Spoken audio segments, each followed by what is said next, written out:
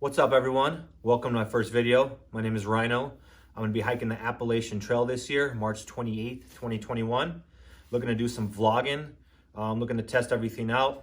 Today's video, I'm going to be showing you my gear and how I utilize it all, and also just quickly showing you how I just pack it in my backpack. Yeah, so let's get right into it.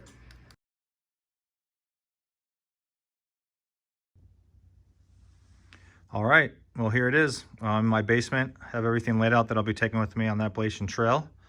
So let's go ahead and get right into it. This is exactly what I'll be wearing on the trail for probably most of the time. My Lululemon shorts that I researched online and seem to have really great reviews. I need to wash these because I've used them a couple times, but they're really comfortable. They have an underwear liner inside, which is really nice, so I don't need to actually wear underwear. I also have my Patagonia Micro Cruise shirt. It's all messed up because I was trying to show the length. It's really long, and that's what I really love, because you don't need to constantly, as you wear your backpack, it's going to constantly ride up on your back. So having a long one is really, really nice. Of course, wicks away the moisture quickly. I'll be wearing my outdoor research hat. Obviously super lightweight, water repellent, has some airflow on each side, which is really nice. I got my Crocs over there that are great for when I'm done hiking for the day and I can slip those on. A lot of the stuff for me is new. I hiked the Pacific Crest Trail exactly about 10 years ago. So I've had a little gap, obviously, in my hiking skills and abilities, but looking to get back into it this year by hiking the Appalachian Trail. So anyway, the Crocs are a new addition. They're really, really lightweight, durable, and just, it is truly amazing at the end of the day, especially if you're gonna hike as many miles as I do, that it's super nice to put these on and relax and let your feet breathe. And then with that, these are the shoes I'm actually gonna be wearing, are the La Sportiva Raptors that I really love. I've had many pairs of these as I trained in the years past. So love those guys. Great tread, Vibram tread, braking system. It just holds up really, really well. I'll move on to this Arc'teryx lightweight wind jacket, which is freaking amazing. If I combine this with my Smart Wool shirt, it actually keeps me tremendously warm. It's pretty amazing. This is my cool rain jacket. KUHL is the company. Probably will be using this a lot on the AT. So yeah, this is just an extra pair of shorts I'll be bringing in case when I'm in town. I just want to change into something clean while I get all this other stuff washed. This is some long underwear that I'll be using probably mostly for sleeping at night, or when it's cold in the morning. I will put that on first and then probably just put the shorts on over it. And as it warms up, I'll just remove that. I got my beanie, got my Smart Wool gloves. This beanie's a little bit heavy, but it's super warm. I do have other beanies that I'll probably take instead that are much lighter. I'll be running 2 pairs of socks, which you should always do. And then of course sleeping socks.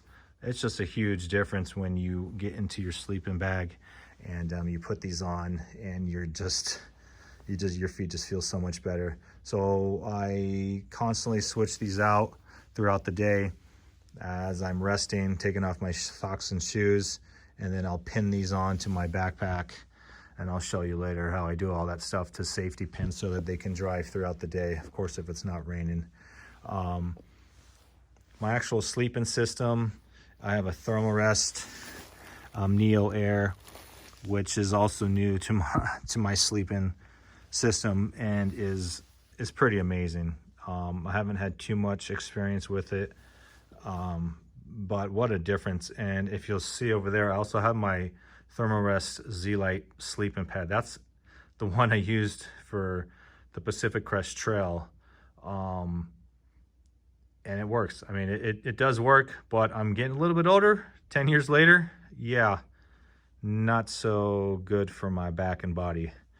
So I combine that, put that on the ground, get my Thermarest Neo Air, and then I have also a new addition is a Cedar Summit pillow, which is tremendous as well. In other videos I'll be posting how I set it all up, and you can see exactly what it looks like. So yeah, my black diamond headlamp, which is a must as well. I got my Big Agnes tent, which is a 2-person tent, but it's perfect for 1 person. So it gives you some extra space on the trail. I don't like to put my tent poles inside the back, as one is just super tight, and just at this point it just starts poking through, and I don't want to poke anything. So actually I put this on the side of my backpack, just to save some space inside and nothing gets poked. This is going to be my food bag. It's also going to be my bear hanging bag, which is really nice. Just roll that up, and then the carabiner we'll be able to use for hanging my food from the critters and the bears. I just have some food in here just pre-put in there. It's gonna be mostly bars, pro meal bars. I just have crap in here just for weight, for training. It's just the normal stuff that you can imagine. Nuts, trail mixes. I'm gonna have beef jerky. I'm gonna have Cheez-Its. These are amazing Bobo bars. If you haven't had them before, this one's pumpkin spice. But yeah, the one thing I do like about the Appalachian Trail is it's really town friendly. So there's towns everywhere. So the resupply is super easy compared to the Pacific Crest Trail. Along with the tent, of course, is also a new system I have is a quilt. This is the Revelation, and I will tell you the company on the screen once I remember. But this is a quilt. It's like just over a pound. It's 30-degree rated, and it's super nice. It's a quilt, so it doesn't go all the way around me. I could if I wanted to, but I want something I can easily get in and out of, and just to, I don't know, cut that part out. Of course, my backpack that I love, the ULA Catalyst, made in Utah. This was one of the #1 packs that people used on the Pacific Crest Trail. I forget the liters, but this is my second one that I have, and it holds up like a beast. It's amazing. This one's probably a little bit bigger than I need, but yeah. Just my extra side gear stuff. Just got a little towel that I like to have in case I want to, dry off, clean off my sweat and the dirt and all the stuff that's going to be happening. This is mostly for my right knee. My IT band, I messed it up on the Pacific Crest Trail 10 years ago, and it still bothers me, when I exercise. And yeah, this is a rain pack cover, ultra lightweight adventure equipment, same company as my backpack. This is going to be my water filtration system, the Sawyer. Basically, I can easily attach it to my smart water bottle. That looks dirty. Doesn't matter. Still works. This is not going to fill it unless I need it, like right before camp. If there's a water source, I'll fill up. This is about 32 ounces that I can use for any extra drinking that I need when I'm trying to go to bed.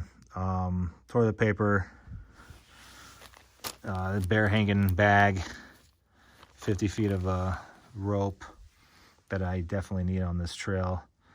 Just have my electronic equipment, Apple charger.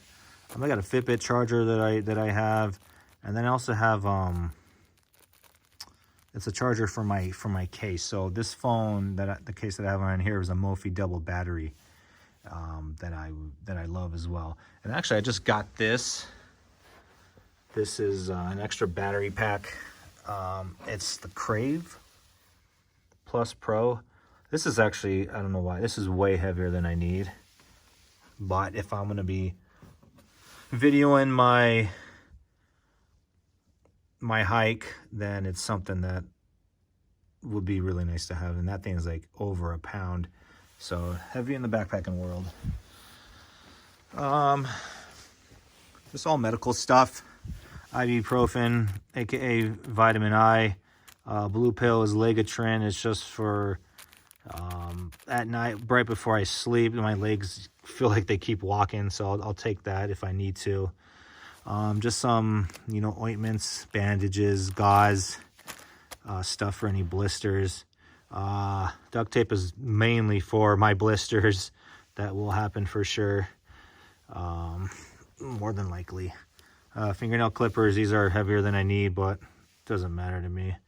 I don't really carry a whole lot, and it shouldn't be that. It looks like a lot, and I'll show you how it packs up, but it's actually not as heavy as you think. Just some, not really map, but it's just data points. Tells you the miles, tells you just water sources, camps, spots like that. Good to have. I do have Gut Hook app on my phone, which is really amazing. It tells you everything that you need to know at every point of the trail. This is just a patch for my Neo Air sleeping system. Toothpaste, also a toothbrush, and my toothpaste is all combined in there. And then this is just a sack for that. Of course, it's got some tweezers, hand sanitizer, chapstick, can't go without. This guy is amazing, the nut butter. This is for the anti-chafing, which is huge because obviously we all sweat out there, and it becomes very, very sensitive and starts rubbing and burning. So that actually works tremendously well. Baby wipes for any dirt off my feet and my toes. You gotta obviously make sure your feet are really, really clean, so that you can keep hiking. This laundry wash, I don't know why I have this. I don't know. This is pretty much mainly for if I'm on the trail and there's a water source. I'm not going to wash at the water source, of course. I'll take